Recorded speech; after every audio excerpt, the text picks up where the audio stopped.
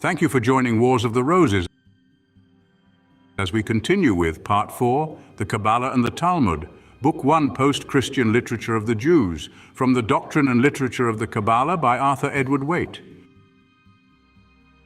3. The Kabalah and the Talmud. The post-Christian literature which is of authority in Israel must of course be distinguished from the multifarious productions of its scholars and literati, which it was the object of rabbinical bibliographies, like those of Bartolocci and Wolff, to resume in brief. In order to understand the place occupied by the Cabala, it is necessary to say something of that great and authoritative collection which is known to everyone as the Talmud. The latter is a larger as it is also an older growth. Its starting point has been placed by a moderate criticism shortly before the birth of Christ, and to use a somewhat conventional phrase, its two canons were fixed in the 4th and 6th centuries AD, at which periods, although there are evidences in abundance of a more esoteric doctrine, it cannot be shown conclusively that Kabbalistic literature, according to the restricted sense in which the term is here applied, had as yet come into existence. Put shortly, the sources of the Talmud are said to be the customs and regulations practiced by the authorities in their administration of religious and civil affairs. It is claimed that this source goes back to the period of Esdras, and there can at least be no doubt that the materials embodied in the literature are far older than their earliest collected forms. These materials were certain Mishnayot, a term signifying repetitions, namely notes of academical teachings, which received subsequently many additions. About the year 220 AD, a considerable proportion of these was ingarnered by Rabbi Judah the Prince, by whom they were methodized carefully, short comments of his own being also occasionally added. In this way, the collection received the impression of his peculiar views, from which other authorities differed. He endeavored to destroy all rival Mishnayot, but some of them were preserved in secret and came to light after his death.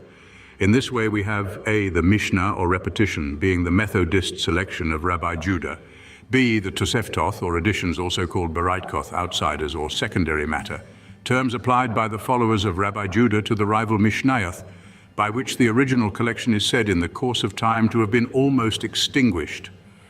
Their rival claims were ultimately harmonized by later rabbis, and thus arose, C, the Gemara, that is, conclusions or completion. The union of the Gemara and the Mishnah forms the Talmud, or instruction, from a word signifying to teach, of which there are two versions, the Mishnah being the same in each.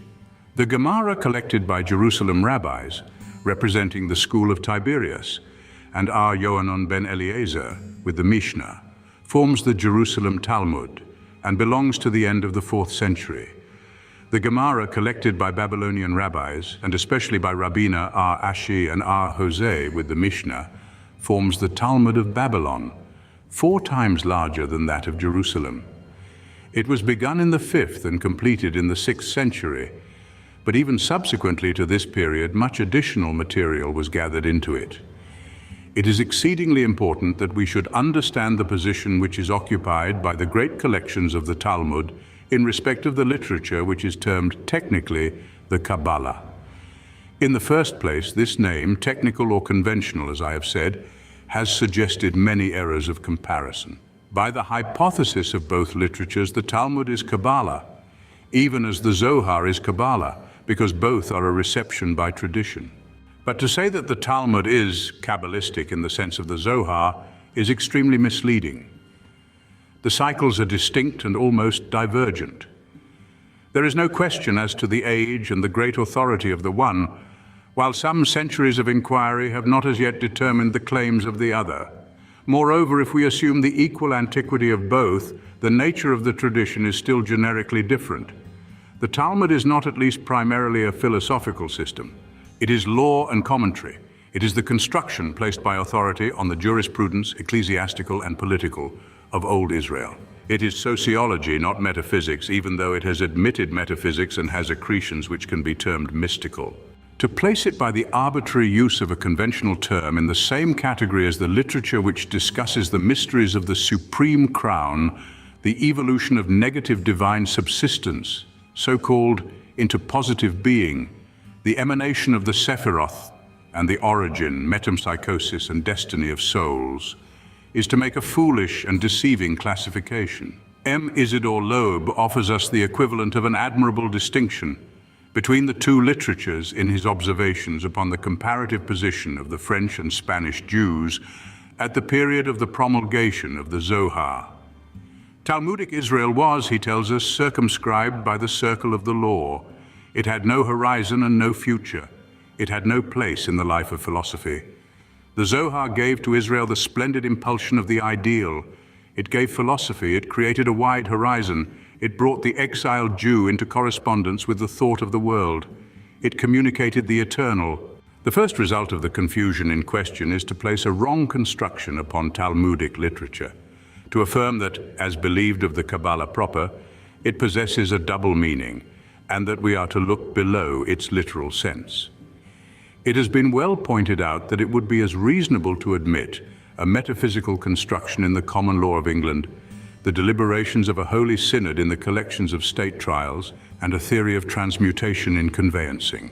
Yet this is what has been done actually in the case of the Talmud by the one Kabbalistic expositor whose influence with occult students in France and England is so paramount as to have been considered almost beyond appeal. To Eliphas Levi, who as a fact misstated so much, we owe a grandiose presentation of the Talmudic system which does grave outrage to good sense. He lays down that the first Talmud, the only truly Kabbalistic one, was collected during the 2nd century of the Christian era by Rabbi Jehuda Hakadosh Hanasi, that is, Judah the Most Holy and the Prince, who composed his book according to all the rules of supreme initiation.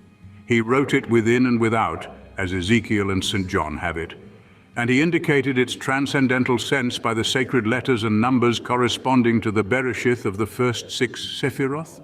This asserted Sephirotic correspondence has no place in fact. The Mishnah comprises 6 sections, of which the first concerns tithes, the beasts which it is unlawful to pair, the seeds which must not be sown together in the earth, the threads which must not be interwoven, the fruits which must not be gathered till the trees have passed their 3rd year, and so forth. It is by no means chiefly, much less exclusively, agricultural, as Levi, who had obviously not read it, represents. Nor has it any special correspondence with Kether, except on the thin ground that, in the notion of the supreme crown is contained that of the fructifying principle and of universal production. Any attribution could be accredited after this fashion. The 2nd book concerns the festivals of Israel, the meats which are prohibited on these, the days of fasting, and so forth. There is no attempt to justify the attribution which connects it with Chokmah. The 3rd book concerns marriage and divorce, or, in the words of Levi, it is more particularly consecrated to women and the fundamental basis of the family. The 4th book deals with civil contracts, general jurisdiction, civil and criminal actions, penalties. Eliphas Levi says that it is superior to any code of the Middle Ages and accounts for the preservation of Israel through all its persecutions. According to the natural order of the Sephiroth, it corresponds with chest or mercy, but as it looks better under the attribution of justice, the Sephirotic system is reversed accordingly. The 5th book, which is allotted to mercy by this transposition, treats, according to the French transcendentalist, of consoling beliefs and things holy, which creates a completely false impression concerning it. As a matter of fact, it is dedicated to votive offerings. The 6th book treats of purifications, which Levi terms the most hidden secrets of life and the morality which directs it. It is procedures of this kind which have made occult criticism deservedly a byword among scholars. The Talmud has its correspondences with the Cabala, but they are of method rather than material. It is highly desirable to study it in connection with the Zohar, but it is a consummate act of ignorance to confound and to regard them as written upon the same principle and with the same objects. Another writer, also an occultist, but governed by very different sentiments of scholarship, Mr. Isaac Meyer makes an exceedingly proper distinction when he affirms that the Kabalah and the Zohar allow a great margin to speculative thought. He means to say that they are purely speculative philosophy, while the Talmud deals with everyday life and humanity under the law, that the one starts from a spiritual point of view, contemplating a spiritual finality as regards the law and its explanation. but that the other is eminently practical in both its starting point and end, and having in the face of ignorance, want of perception, and natural waywardness of the masses, nothing but the strict observance of the law in all its details in view. Thank you for watching, and please don't forget to share, like, subscribe, and comment, and if you can, please consider donating to Wars of the Roses. Links to PayPal and Patreon are in the description. Thank you so very much.